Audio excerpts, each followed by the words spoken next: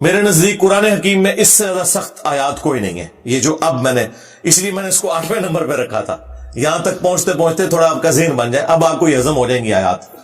السلام علیکم ورحمۃ اللہ وبرکاتہ. اللہ سے دعا کرتے ہیں کہ آپ لوگ خیریت سے ہوں گے. قرآن کی سخت ترین آیات کافر نبی صلی اللہ علیہ وسلم کو کہتے تھے آپ ہمارے ساتھ کمپرمائز کر لیں. آج یہ بابوں کے ماننے والے بھی یہی کہتے ہیں کہ آپ نبی صلی اللہ علیہ وسلم کو چھوڑ کر ہمارے بابوں کے پیچھے لگ جائیں. نعوذ باللہ. اللہ سے یہی دعا کرتے ہیں کہ اللہ اور اللہ کے رسول کے بتائے ہوئے راستے پہ ہم لوگ چلیں, اور باقی جو بھی بابا کا یا جو بھی معاملہ ہے تو وہ اللہ کے سپرد ہے. وہ کیا بولتے ہیں, کیا بتاتے ہیں, اور اگر قرآن اور حدیث کی روشنی میں بتاتے ہیں تو آپ وہ سنیں. باقی سنی سنائی باتوں پر عمل نہ کریں اور خود کی بنائی ہوئی باتوں پر عمل نہ کریں, کیونکہ صاف صاف کہہ دیا گیا ہے کہ اللہ اور اللہ کے رسول کے بتائے ہوئے راستے پر ہم سب کو چلنا ہے, اور جو ہمارے نبی نے باقی چیزیں بتا کے گئے ہیں اس پر عمل کرنا ہے, نہ کہ کسی اور کی باتوں پر, اور وہ بھی بناوٹی باتوں پر. تو اللہ ہم سب کو یہ سب چیزوں سے بچائے, اللہ ہم سب کی حفاظت کرے. آمین ثم آمین. وَإِن كَادُوا لَيَفْتِنُونَكَ عَنِ الَّذِي أَوْحَيْنَا إِلَيْكَ, اور اے نبی کہ یہ لوگ تو تلے ہوئے ہیں اس بات کے اوپر کہ آپ کو ہٹا دیں اس وحی سے جو ہم نے آپ کی طرف کی ہے. یعنی کافر تلے ہوئے ہیں کہ آپ کو مجبور کر دے کہ آپ اس وحی سے ہٹ جائیں جو ہم نے آپ کی طرف کی ہے. لِتَفْتَرِيَ عَلَيْنَا غَيْرَهُ, تاکہ آپ ہماری طرف کوئی ایسی بات منسوب کر دیں جو ہم نے وہی نہیں کی, وہی کمپرومائز کر لیں. جو سٹارٹ میں نے آیت سورہ یونس کی کوٹ کی تھی نا کہ اے نبی اس قرآن کو بدل دو یا کوئی اور قرآن لے کے آؤ, تو اے نبی یہ تلے ہوئے ہیں کہ یہ قرآن میں کوئی آپ سے تبدیلی کروا لیں, کوئی کمپرومائز کر لیں, کوئی 2-4 گلاں تو اڑیاں منیاں جان, کوئی 2-4 ساڑیاں منیاں جان, کوئی درمیان کا راستہ نکلا ہے. یہ دنیا میں تو پولیٹیشنز کر سکتے ہیں, اللہ کا پیغمبر یہ کام نہیں کر سکتا. یہ تلے ہوئے تھے کہ آپ کو ہٹا دیں اس وحی سے تاکہ آپ اپنی مرضی سے کوئی بات ہماری طرف منسوخ کر دیں. وَإِذًا لَاتَّخَذُوكَ خَلِيلًا, اور اگر ایسا ہو جائے تو پھر یہ آپ کو اپنا دوست بنا لیں گے.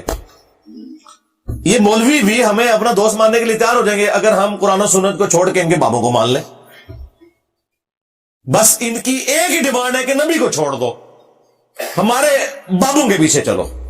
اور نبی سے ان کی یہ ڈیمانڈ تھی کہ تم ہماری بات مان لو جو اللہ تعالیٰ اتنی سخت, آپ پتہ قرآن تو سیدھی سیدھی بات کرتا ہے, قرآن میں تو کوئی جھول ہی نہیں ہے. قرآن جو بندہ پہلی بار پڑھتا ہے وہ کہتا ہے پتہ یہ کتاب کون سی ہے. پھر تو بابا آپ نے تعارف ہی کوئی اور کرایا تھا کہ اللہ تعالیٰ کو ایک بوڑھی نانی ہے, میں شغل لایا اینڈ تے سارے نو معاف کر دینا ہے. ہاں یہ تو قرآن پڑھو گے پتہ لگتا ہے. یہ جی قرآن رحمت ہی رحمت ہے. وہ تو قرآن جو ہے جملہ بولے سمجھ لو نے قرآن کو نیچے پڑھیا. قرآن نہ تمہارے ماں باپ نے پڑھا, نہ تمہارے آباء و اجداد نے, اور کانفیڈنس لیول جی اسی تے آج تک گل سنی نہیں. یہ پتہ نہیں کتوں آیتاں کڈیاں نے جناب, اتوں ہی کڈیاں جتوں آئیاں نے, یہ مکے مدینے تو آئیاں نے.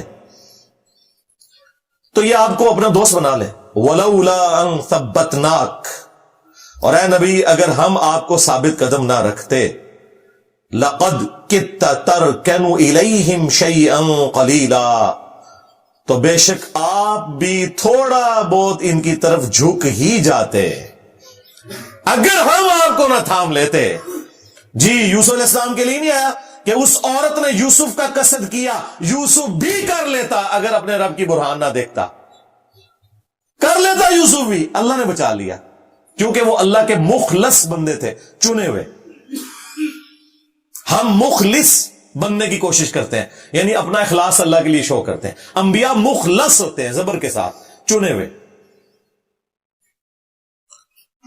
تو آپ بھی تھوڑا سا ان کی طرف جھک ہی جاتے, اور اگر خدا نہ خواستہ ایسا ہوتا اِذًا لَأَذَقْنَاكَ ضِعْفَ الْحَيَاةِ وَضِعْفَ الْمَمَاتِ, اگر ایسا ہوتا تو ہم آپ کو دنیا میں بھی اپنے عذاب کا دگنا مزہ چکھاتے اور موت کے بعد بھی دگنا مزہ چکھاتے.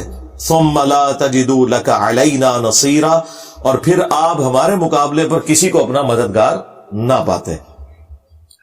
اب یہ آیات اس لیے ہیں تاکہ زور پیدا کیا جائے کہ یہ قرآن نبی علیہ السلام نے خود نہیں لکھا، ورنہ اپنے بارے میں کوئی یہ لینگویج استعمال کرے گا.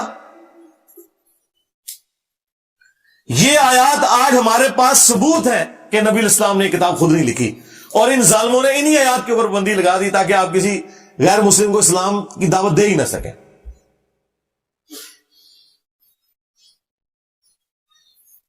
اور ان کے بابے بھی بچتے ہیں نا، کیونکہ بابے تو قرآن و سنت کے مطابق چلتے ہی کوئی نہیں ہے. کہتے ہیں جی ان سے شریعت کا قلم اٹھا ہوا ہے، دماغ کی لو چٹک گئی ہے. وہ سنے ہیں مفتی چٹک گئی ہے، سارے چٹ گئے ہو تسی. تو اللہ تبارک و تعالیٰ اپنے پیغمبروں کی حفاظت فرماتا ہے. جہاں کہیں اجتہادی ان سے غلطی ہو اسے ہم گناہ نہیں کہتے، لغزش کہتے ہیں. وہ انبیاء کرام کی قرآن میں رپورٹ ہوئی ہے. حضرت آدم علیہ السلام کی 7 دفعہ رپورٹ ہوئی ہے. یوسف علیہ السلام کے بارے میں ہے کہ وہ بھی قصد کر لیتے اگر اللہ نہ انہیں بچاتا. موسیٰ علیہ السلام سے بندہ مر گیا. یونس علیہ السلام کے بارے میں تو اتنے سخت الفاظ آئے کہ اگر وہ ہمیں نہ پکارتا مچھلی کے پیٹ میں تو پھر اسی دن نکالا جاتا جس دن مردے قبروں سے نکالے جائیں گے. ظاہر ہے یہ سب کچھ ہوا نا. ہمارے نبی علیہ السلام کے بارے میں بھی سورہ آل عمران میں آیا لیس لک من الامر شیء، اے نبی آپ کو کوئی اختیار نہیں ہے. حضور کی زبان سے بددعا نکل گئی تھی کافروں کے لیے، لیکن دیکھیں پھر اللہ تعالیٰ نے جس کے لیے بددعا نکلی اسی کے لیے اسی مبارک زبان سے سیف اللہ کا لقب خالد بن ولید کے لیے، جن کی وجہ سے نبی علیہ السلام کے 4 دانت شہید ہوئے. بخاری مسلم میں آتا ہے. منافقین کے بہانے سن کے جانے دیا قرآن میں، اے نبی اللہ آپ کو معاف کرے آپ نے ایسا کیوں کیا. سورہ توبہ میں منافقین کا جنازہ پڑھا دیا، کہا کہ آمدہ نہیں جنازہ پڑھانا، نہ کسی کی قبر پہ کھڑا ہونا ہے، اور 70 دفعہ بھی مغفرت کی دعا کرو گے ہم قبول نہیں کریں گے.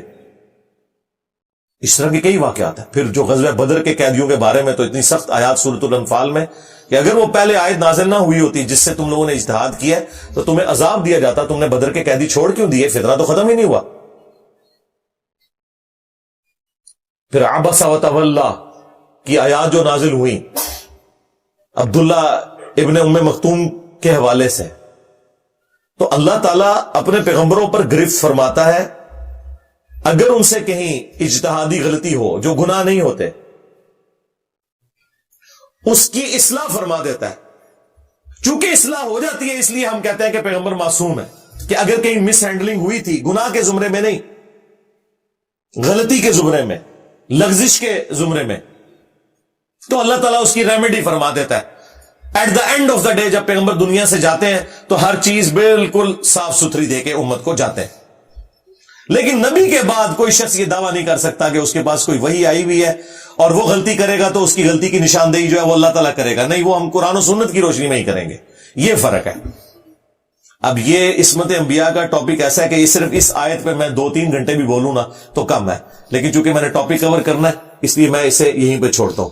آپ میری وہ ویڈیوز دیکھ لیجئے گا. 9th ریفرنس سورۃ القصص کی آیت نمبر 56، انک لا تہدی من احببت ولکن اللہ یہدی من یشاء. اے نبی بے شک جس سے تم محبت کرتے ہو تم اسے ہدایت نہیں دے سکتے، اللہ جسے چاہتا ہے ہدایت دیتا ہے. وَهُوَ أَعْلَمُ بِالْمُهْتَدِينَ، اور وہ بہتر جانتا ہے کہ کسے ہدایت دینی ہے. نبی اسلام کی تو یہی خواہش تھی کہ سارے لوگ ہی کلمہ پڑھ لیں. آپ کی خواہش اگر پوری ہوتی تو ابو لہب بغیر کلمے کے دنیا سے نہ جاتا، آپ کا چچا تھا، لیکن اس کے خلاف پوری صورت نازل ہو گئی. تو اللہ تعالیٰ ہمارا کہ جس سے تم محبت کرتے ہو تم اسے ہدایت نہیں دے سکتے، اللہ جسے چاہتا ہے ہدایت دیتا ہے. اور یہ کوئی ظلم والا معاملہ بھی نہیں کہ اللہ تعالیٰ جان بوجھ کے گمراہ رکھتا ہے، نہیں. والذین جاہدوا فینا لنہدینہم سبلنا، جو لوگ ہماری راہ میں کوشش کریں گے ان کے لیے ہدایت ہوگی. جو آنکھیں بند کر کے لیٹا ہوا ہے، مکار اٹھنا ہی نہیں چاہتا، اس کو نبی بھی نہیں اٹھائے گا، نہ اللہ تعالیٰ اسے زبردستی اٹھا کے ہدایت دے گا. ہاں جو سویا ہوا تھا اسے نبی جھنجھوڑے گا، اگر نہ اٹھا نبی کی دعا کی برکت سے اللہ تعالیٰ اسے اٹھا دے گا. لیکن جو آنکھیں بند کر کے لیٹا ہوا ہے وہ تو پہلے ہی جاگ رہا ہے، وہ مکاری کر رہا ہے علماء یہود کی طرح. اسے کبھی بھی ہدایت نہیں ملے گی.